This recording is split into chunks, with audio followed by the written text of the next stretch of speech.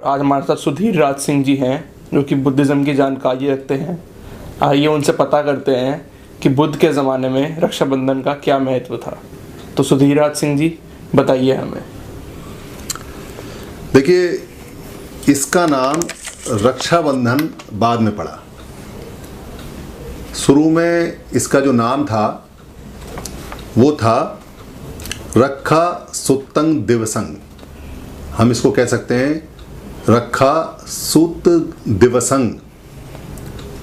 रक्षाबंधन बाद में हुआ तो सवाल ये उठता है कि रक्षाबंधन का जो नाम बदला और रक्षा सुत दिवसंग या रक्षा सुत्तंग दिवसंग जो नाम था वो कैसे भुलाया गया। रक्षा किसकी कर रहा है और कौन कर रहा है, ये पुराने समय में बड़ा स्पष्ट था। भगवान बुद्ध ने अपने पूरे जीवन काल में 84,000 और उनके शिष्य ने, जो उनके शिष्य थे, पूरे सूत दिए। सूत मतलब वो बातें बताई जो बातें जीवन में कल्याणकारी थीं, गृहस्थ के लिए, राजा के लिए, देश के लिए, सेना के लिए, बीमार के लिए, पढ़ाने वाले के लिए, पढ़ने वाले के लिए, खेत करने वाले के लिए, जंगल वाले के लिए, सबके लिए। तो भगवान बुद्ध का बैसाख महीने के अंदर महापरिनिर्वाण हो जाता है, वो मृत्यु को प्राप्त हो जाते हैं। मृत्यु के प्राप्त हो जाने के पश्चात 3 महीने तक उनके जो सूत हैं वो चारों तरफ बिखरे पड़े रहे और उनका संरक्षण नहीं हुआ, यानी कि उनका रक्षण नहीं हुआ।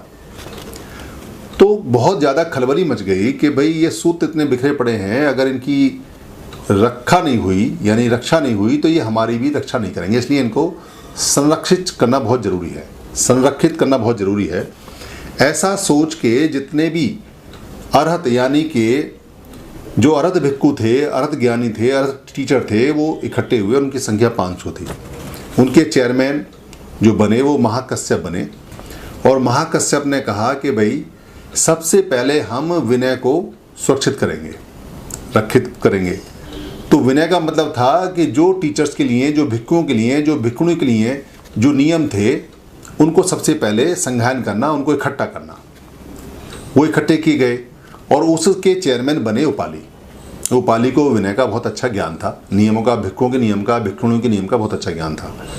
उसके बाद में जितने भी सूत बचे उन सबको सूत संज्ञा के नाम दिया गया और वो इकट्ठे किए गए, वो संरक्षित किए गए, उनकी रखवाली की गई। और ऐसे करके उनके मृत्यु के 3 महीने पश्चात, भगवान बुद्ध की मृत्यु के 3 महीने पश्चात, जो सतपर्णी गुफा है राजगीर के अंदर, वहाँ 500 भिक्षुओं ने 7 महीने लगातार इकट्ठे होकर एक एक बात को याद किया। और जो आनंद थे, आनंद उनके चचेरे भाई भी थे और उनके सबसे अच्छे गणक भी थे। गणक का मतलब जो मेमोराइज करता हो, जो बातों को गणना करना जानता हो, उनको याद करना जानता हो। क्योंकि गणक एक प्रोफेशनल वर्क हुआ करता था उस समय। जो लोग याद करते थे और याद करके बोला करते थे उसको गणक बोलते थे। तो आनंद बहुत अच्छे गणक थे और वो भगवान बुद्ध के साथ भी थे। और सब जानते हैं कि उन्होंने भगवान बुद्ध से शर्त भी रखी थी कि आप कहीं भी जाएंगे, जो आपने वहाँ बताया है आप मुझे वैसा ही आके बताएंगे। तो भगवान उनको वैसे ही आके बताते भी थे। तो सुत्त पीटक यानी उस समय तक अभिधम्म नहीं बना था, अभिधम्म भी उसी के अंदर ही था, सुत्त पीटक के अंदर। और 3 महीने बाद वो सारा का सारा सुरक्षित किया गया, संरक्षित किया गया।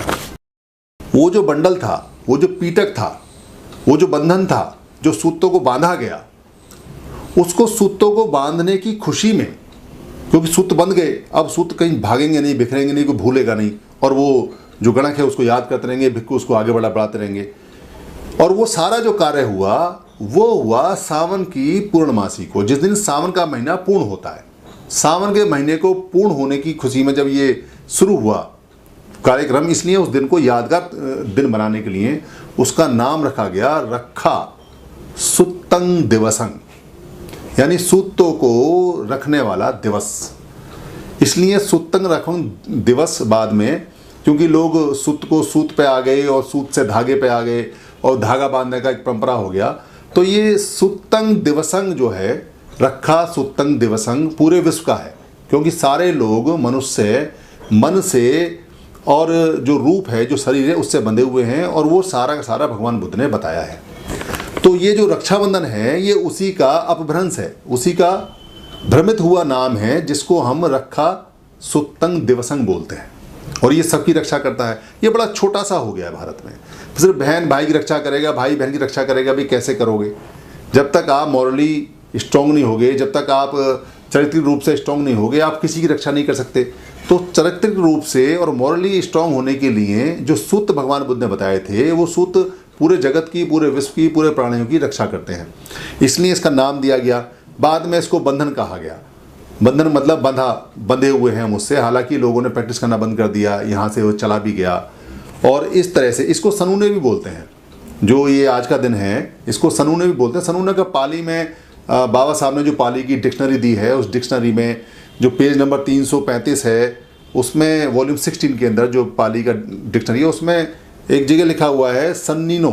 सन्निनो का मतलब है सम और निन्ने, यानी कि जो वर्षावास का दिन चलता आ रहा है उसका लगभग कुछ समय सम रूप से कम हो गया। ऐसा कर करके बताते हैं। बाद में फिर लोगों ने कहा कि भवतु सभ्य मंगलंग रखंतु सभ्य देवता, ऐसा करके सब बुद्धानुभावेन धम्मानुभावेन संघानुभावेन सदा सोत्ति भवन्तु ते, ऐसे करके उन्होंने कहा कि ये परित्राण पाठ है, यानी जो रक्षा करता है। मगर मेन जो बात आई, वो मेन बात ये आई कि जो हमारे सूत्र जो हमारी रक्षा करते हैं उनको सुरक्षित रखा गया। उस खुशी में इस त्यौहार को मनाया गया और इस त्यौहार के चिन्ह चारों तरफ बिखरे पड़े हैं, क्योंकि ये त्यौहार सारे उसमें बंधन के रूप में आता है। अलग अलग स्टेटों में अलग अलग रूप से बनता है। और ये हमेशा सावन की जब पूर्णमासी हो जाती है, सावन जब पूर्ण होता है तब ये आता है, क्योंकि संगायन तभी इसकी आरंभ हुई थी। और ये बहुत ही क्या बोलते हैं कमाल का है। इसको हम बहुत छोटे मोटे रूप में कहते हैं कि भाई ने बहन को धागा बांधा, या मैंने आपको धागा बांधा, या आपने मुझे धागा बांधा। बेसिकली धागा, क्योंकि सूत को सूत बोलते हैं और सूत से धागा बन गया, ये वो सूत नहीं है। ये वो सूत हैं जो 84,000 हैं। और हमको अच्छी तरह से इसको मनाना चाहिए, अच्छी तरह से इसका प्रतिपादन करना चाहिए। इसी को आज की डेट में रक्षाबंधन कहते हैं। रक्षाबंधन कहते हैं और कहते हैं रखा बांध दे। रखा भी बोलते हैं, रखड़ी भी बोलते हैं, यानी कि रखा बांध के आए हैं। तो रखा वही पाली का शब्द है जो आज भी चलता है। और रखा बांधना या रखड़ी बांधना या रक्षा में जो 6 वर्ड है वो पाली का नहीं है, ये बाद में वर्ड आया है। 6 वर्ड हमारे यहाँ पाली में नहीं होता, इसलिए जो खेत होता है उसको बाद में क्षेत्र बोला जाता है। क्षेत्रफल, ये क्षेत्रफल है। भगवान बुद्ध को कहा गया है वो क्षेत्रीय हैं, तब तक 6 वर्ड ही नहीं था। तो भगवान बुद्ध क्षेत्रीय नहीं है, भगवान बुद्ध खेतीय हैं। खेती का मतलब उनके पास खेत थे, एक एरिया था। और जितने भी लोगों के पास आज की डेट में ज़मीन थी या उस समय ज़मीनें थी, उनको सबको क्षत्रिय आज की भाषा में बोला जाता है, उस समय खेतीय बोला जाता है। खेतीय वही लोग हैं जो खेत में काम करते थे। वही जो आधा क और ख जब हटा तो 6 बन गया और वो क्षेत्रीय बन गए। क्षेत्रीय कहीं भी उससे संबंधित नहीं है कि कोई तलवार लेके भाला लेके दुश्मन से लड़ रहा है, वो क्षत्रिय हो गया। क्षेत्रीय का मतलब है क्षेत्रफल वाला, और खेतीय पुरानी बात है, दोनों सेम है। धन्यवाद।